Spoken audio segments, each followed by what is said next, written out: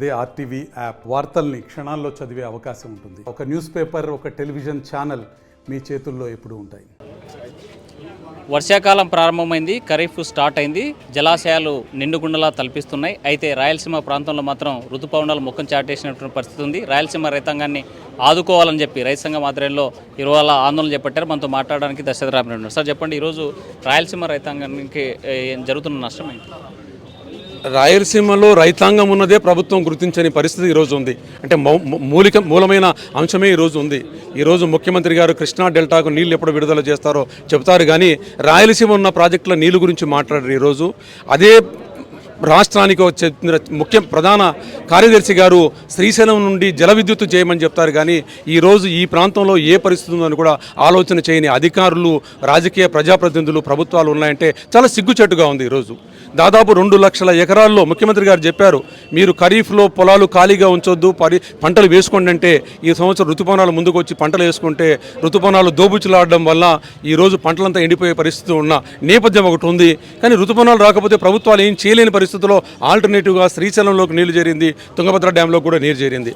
తుంగభద్రలో ఈ ప్రభుత్వం చేసిన నిర్వాహకం వల్ల గేట్లను కూడా రిపేర్ చేయకపోవడం వల్ల ఆ పూడిక చేరడం వల్లనే ఈరోజు నిలబెట్టుకోలేని నీళ్లలో ఇంకా 20 టీమ్స్లో కోతబడి 80 టీమ్స్ల వరకే వచ్చిన పరిస్థితుల్లో కూడా 75 టీమ్స్లకు నీరు చేరిన ప్రాజెక్టులకు నీళ్లు వదలకుండా వచ్చిన నీటిని నదిలోకి వదులుతామని అంటున్నారంటే నాకు అనుమానం వస్తుంది. ఈరోజు చీఫ్ సెక్రటరీ గారు చెప్పిన మాట ప్రకారం పంట పొలాలకు నీళ్ళు ఇవ్వద్దు, నీళ్ళంతా శ్రీశైలంలోకి వదిలేది కరెంటు ఉత్పత్తి చేసుకుందామని చెప్పి ఒక మాట చంద్రబాబు నాయుడు గారు సీఎస్ గారికి ఏమైనా చెప్పారేమో అనుమానం కూడా మాకు కలుగుతూ ఉంది. అంటే ఇలాంటి దుర్మార్గమైన చర్యలు చేస్తున్న నేపథ్యం ఒకవైపు కనపడుతూ ఉంటే ఈరోజు శ్రీశైలం ప్రాజెక్టు వెనకాల ఆధారపడిన అన్ని ప్రాజెక్టులకు కూడా తెలుగుగంగలో వెలుగోడు నుండి బ్రహ్మసాగర్కు నీళ్లు పోవు, అదేవిధంగా గోరుకొల రిజర్వాయర్కి నీళ్లు సక్రమంగా రావు, దాని నుండి గండికోటకు నీళ్లు పోవు, ఇవన్నీ నిర్వీర్యం అయిపోయి దీనికంటికి కూడా కేవలం 1500 కోట్ల రూపాయలు ఖర్చు పెడితే 10 లక్షల ఎకరాలకు నీరు సద్వినియోగం చేసుకునే పరిస్థితి ఉంటే 1500 కోట్లు ఖర్చు పెట్టని ఈ ప్రభుత్వం, ఒక్క పైసా నిధులు పిలిచని ప్రభుత్వం బనకచర్లు తీసుకొచ్చి 81,000తో చేస్తా అని చెప్తున్నా అంటే మోసం చేసే మాటలు మాట్లాడుతున్నారు. సరే అయిపోయింది, ఏదో అయిపోయింది, ఏమి ఖర్చు పెట్టలేదు. పోయిన సంవత్సరం లాగా అర టీమ్స్ అంటే 2 టీమ్స్ల నీళ్లు గోరుకల నుండి తీసుకురావాల్సిన పరిస్థితుల్లో గోరుకలు తెగిపోతుందని అర టీమ్స్ తీసుకొచ్చే వసతి ఉంటే ఆ వసతి కూడా జూన్ 22వ తారీఖు నుండి నీరు తీసుకునే పరిస్థితి ఉంటే ఈ రోజు వరకు కూడా నీరు తీసుకురావడం లేదని అంటే రాయలసీమను ఏ విధంగానైనా ఎండగట్టి రాయలసీమనంతా కూడా కార్పొరేట్ శక్తుల కోసం, ఎలక్ట్రిసిటీ కోసమో, సోలార్ గురించో, పవన్ కేంద్రాలకో, పవన విద్యుత్ కోసం అమ్మడానికి సిద్ధమైపోయారేమో అని తెలుస్తోంది. ఎందుకంటే ఆయన అమరావతి పోలవరమే అనుకుంటూ అమరావతి కేంద్రంగానే అన్ని చేసుకుంటూ అక్కడ ఉన్న వాళ్ళకి విద్య, ఉద్యోగ అవకాశాలు, అదేవిధంగా వైద్యం వాళ్ళకే, ఎడ్యుకేషన్ వాళ్ళకి, ఉద్యోగాలు వాళ్ళకే, ఇళ్ల స్థలాలు, తర్వాత వాణిజ్య స్థలాలు అన్ని నవకేంద్రాలు అక్కడ పెట్టి డెవలప్మెంట్ అక్కడే చేస్తూ ఎకనామిక్ యాక్టివిటీ చేస్తున్న నేపథ్యంలోనే ఈరోజు ఈ ప్రభుత్వం దివాలా తీసిందేమో అనుకుంటున్న నేపథ్యంలో ఇంకా అప్పులు చేసి ప్రతి ఒక్కరి మీద, రాయలసీమ వాసుల మీద కూడా అప్పులు చేసి ఇంకొక 53,000 ఎకరాలు తీసుకొని ఇంకా వాళ్ళకు కూడా అలాంటి హామీలు ఇచ్చుకుంటూ రాయలసీమనంతా నిర్వీర్యం చేస్తున్న పరిస్థితుల్లో రాయలసీమ అమరావతిని డెవలప్ చేస్తుంటే రాయలసీమను ఇంకా ఎనర్జీ హబ్గా డెవలప్ చేస్తామని చెప్తున్నారు కదా బాబు. రాయలసీమ ఎనర్జీ హబ్గా చేస్తున్నారంటే ఈ ప్రాంతంలో ఉన్న ఎనర్జీ హబ్ చేస్తే ఈరోజు సోలార్ హబ్ కింద చేస్తే ఎంతమందికి ఉద్యోగాలు వస్తాయో చంద్రబాబు నాయుడు గారు చెప్పాలి. లేదా పవన విద్యుత్ కేంద్రంగా చేస్తే ఎంత ఉద్యోగాలు వస్తాయో చెప్పాలి. ఈరోజు మా ప్రాంతంలో ఉన్న గొల్లవాళ్ళు లేదా సుగాలిలో, లంబాడీలో ఆవులు పెంచుకోవడమో, గొర్రెలు పెంచుకోవడమో చేస్తున్న ప్రాంతానికి కూడా వాళ్ళకు ఆ ఉపాధి అవకాశాలు కూడా లేకుండా చేస్తూ ఈరోజు అగ్రికల్చర్లో ఎక్కువ ఉపాధి జరుగుతుందా, ఈ సోలార్లో జరుగుతుందా అనేది చంద్రబాబు నాయుడు గారు ఒక పవర్ పాయింట్ ప్రజెంటేషన్ మాకు ఇవ్వాలి. ఆయన ఇక్కడ కర్నూలుకు వచ్చి నా దగ్గర బ్లూ ప్రింట్ ఉంది రాయలసీమ అభివృద్ధికి అన్నవాడు, బ్లూ ప్రింట్ నీ దగ్గర, నీ గుండెకి దగ్గర ఎందుకు పెట్టుకుంటావు, మాకు ఓపెన్ చేసి చూపించవయ్యా, మేము మాట్లాడతాం. నువ్వు రాజకీయ వ్యవస్థలో ఉన్నావా, ముఖ్యమంత్రిగా ఉన్నావా, మాకు చూపించండి, మేము కూడా మాట్లాడతాం. మా ప్రజలతో మాట్లాడండి, మా ప్రజా సంఘాలతో మాట్లాడండి. ఈరోజు నువ్వు కారులో ఎవరినో నియమించుకున్న వాడిని ఎక్కించుకొని మాట్లాడినట్టుగా కాదు, ప్రజల దగ్గరికి రండి, ప్రజా సంఘాలతో మాట్లాడండి. మీరు స్టేజ్ షోలు కాదు కావాల్సింది, మాతో మాట్లాడండి, మమ్మల్ని పిలిపించుకోండి, లేదా మేము వస్తాం, మాకు అపాయింట్మెంట్ ఇవ్వండి, ఎక్కడ ఏం జరుగుతుందో మాట్లాడతాం. మీ చాలా తెలివైన మంత్రి గారిని మీరు పెట్టుకున్నారు, వాటర్ రిసోర్స్ మినిస్టర్లో అన్ని విషయాలు తెలుసు. మరి ఆయన ఎందుకు సాధించలేకపోతున్నారు అంటే మీ దగ్గర నోరు తెరవలేకపోతున్నారా, మీ దగ్గరకు వచ్చేటప్పుడు ఆయన మోగవాడు అవుతున్నారా, మీరు చెవిటివాడు అవుతున్నారా, సమాధానం చెప్పాల్సిన పరిస్థితి ఈరోజు ఉంది. ఈరోజు చాలా మాసి విషయం కాదు ఇది. 42% భూభాగం ఉన్న రాయలసీమకు అన్యాయం చేస్తున్నారు. ఈరోజు ఏ రాజకీయ పార్టీ కూడా ఇంత అన్యాయం జరుగుతూ ఉంటే వైసీపీ పార్టీ వాళ్ళు కూడా నోరు తెరవని మాట్లాడని పరిస్థితి అనేది మనకు కనపడింది. కాంగ్రెస్ పార్టీ వాళ్ళు కూడా మేమే ఆల్టర్నేటివ్ అని చెప్పి మాట్లాడుకుంటున్నారు. 2027 ఎలక్షన్స్లో మేమే గెలవాలని చెప్పి వైసీపీ మాట్లాడుతున్న నేపథ్యంలో మీరు కూడా ఒక అడుగు ముందుకేసి ఒక్క సంవత్సరం కూడా కాలేదు, ఒక్క సంవత్సరం కూడా ఏమీ నిర్వాహకం చేయని వాళ్ళు 4 సంవత్సరాల తర్వాత గెలవడం కోసం ఇంటింటికి ప్రచారం చేయండి అని మీ ఎమ్మెల్యేలను పంపిస్తున్నారే. మీ ఎమ్మెల్యేలకు మా మాటలు వినండి, ఈ మాటలు తీసుకెళ్ళిపోయి చంద్రబాబు నాయుడు గారి దగ్గర మాట్లాడండి. మీరు ఏం చేశారు ఈ ఒక్క సంవత్సర కాలంలో?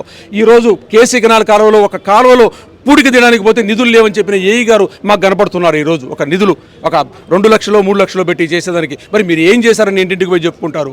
కాబట్టి దీనికి మీరు సమాధానం చెప్పాల్సిన అవసరం ఉంది. ఈరోజు రాజకీయ సమీకరణలు ఈరోజు మారుతూ ఉన్నాయి, ఉత్తరాంధ్రలో కూడా మారుతూ ఉన్నాయి. ఈ రాజకీయ పార్టీలు ఏవి కూడా వెనకబడిన పక్షాల వైపు లేవు కాబట్టి కొత్త రాజకీయ సమీకరణల కోసం ఒక అడుగులు వేస్తున్నాయి. తస్మాత్ జాగ్రత్త. ఈ రోజైనా వెనకబడిన ప్రాంతాలను గుర్తుంచుకొని ఈ ప్రాంతానికి నీటిని వెంటనే విడుదల చేయాలని మేము కోరుకుంటున్నాం. జై రాయలసీమ, జై జై రాయలసీమ. మనతో మాట్లాడకి రామాంజనేయులు ఉన్నారు. సార్ చెప్పండి, తక్షణమే రాయలసీమ నీటి అవసరాలు తీరాలంటే ఏం చేయాలి? రాయలసీమ నీటి అవసరాలు తీరాలంటే ఇక్కడ ఉన్నటువంటి ప్రస్తుతము ప్రతిపాదన ఉన్నటువంటి గుండ్రేవుల కానీ వేదవతి ప్రాజెక్టు కానీ మరి ఆనాడు బచావత్ ట్రిబ్యునల్లో కేటాయించినటువంటి 4 టీఎంసీల నీటి వినియోగం కానీ అదేవిధంగా హంద్రీనివా ప్రాజెక్టు ద్వారా మరి దారి పొడవునా రిజర్వాయర్ల నిర్మాణం, ఆ ప్రకారంగా చెరువులు నింపడం, మరి ఇలాంటి కార్యక్రమాలను చేపట్టడం ద్వారా రాయలసీమలో ఉన్నటువంటి ప్రాజెక్టులు మరి ముఖ్యంగా తెలుగు గంగాలో అంతర్భాగంగా ఉన్నటువంటి మరి ఎస్ఆర్బీసీ ఇలాంటి ప్రాజెక్టులు, గోరుకల్లు రిజర్వాయర్, అలగనూరు ప్రాజెక్టులు వీటన్నిటిని కూడా సరైనటువంటి భద్రత కల్పించి వాటిని పటిష్టంగా నిర్మించాలి.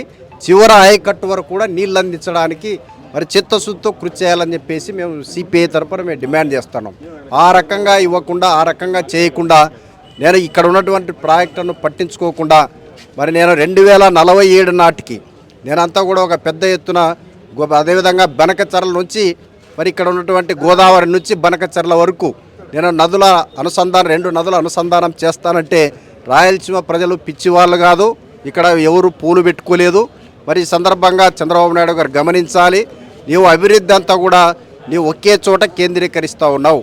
మరి అవసరం లేనటువంటి మెట్రో రైళ్ళు, అదేవిధంగా ఐకాన్ టవర్సు, మరి పెద్ద ఎత్తున రాజధానికి ఇప్పటికే 35,000 ఎకరాల భూమి ఉంది. మరి దానికి 35,000 ఎకరాల భూమి చాలదా? మరొక 50,000 ఎకరాలు ఎందుకు సేకరిస్తూ ఉన్నావు? నువ్వు బడా కార్పొరేట్ కంపెనీల లాభాల ధ్యేయమే ఈరోజు పట్టించుకుంటా ఉన్నాడు. కాబట్టి ఇక్కడ ఉన్నటువంటి రైతాంగం గురించి, వెనకబడినటువంటి రాయలసీమ గురించి కానీ ఉత్తరాంధ్ర ప్రాంతం గురించి ఏమాత్రం నువ్వు పట్టించుకోవడం లేదు. దీన్ని గమనిస్తూ ఉన్నారు. ఇప్పటికైనా ఈరోజు సకాలంలో ఉన్నటువంటి వర్షాలు వచ్చిన నేపథ్యంలో, మధ్యన వర్షాలు గ్యాప్ ఉన్నటువంటి నేపథ్యంలో, రిజర్వాయర్లు ఇక్కడ నిండినటువంటి నేపథ్యంలో తక్షణమే నీటిని విడుదల చేయడానికి, రాయలసీమ ప్రజలు రైతాంగం యొక్క గొంతు తడపడానికి, తాగునీటి సమస్య పరిష్కారం కావడానికి చిత్తశుద్ధితో చంద్రబాబు నాయుడు గారు ప్రభుత్వం ప్రకటించాలని చెప్పి ప్రయత్నం చేయాలని చెప్పేసి సిపిఐ తరఫున మేము డిమాండ్ చేస్తూ ఉన్నాం. మొత్తంగా చూసుకుంటే రాయలసీమ నీటి అవసరాలకు తక్షణమే అందించాలి అంటే మాత్రం తప్పనిసరిగా దిగువ ప్రాంతాలు అంటే శ్రీశైలం ప్రాజెక్టుపై ఆధారపడేటువంటి ప్రాజెక్టులకి నీళ్లు మళ్లించాలని డిమాండ్ చేసేటువంటి పరిస్థితి స్పష్టంగా కనిపిస్తుంది. వేడి జల చంద్రశేఖర్, హుస్సేన్, ఆర్టీవీ, కర్నూలు. మరిన్ని వీడియోస్ కోసం ఛానల్ ని సబ్స్క్రైబ్ చేయండి. లేటెస్ట్ అప్డేట్స్ కోసం వాట్సాప్ ఛానల్ ని ఫాలో చేయండి. అండ్ లింక్ డిస్క్రిప్షన్ లో ఉంది.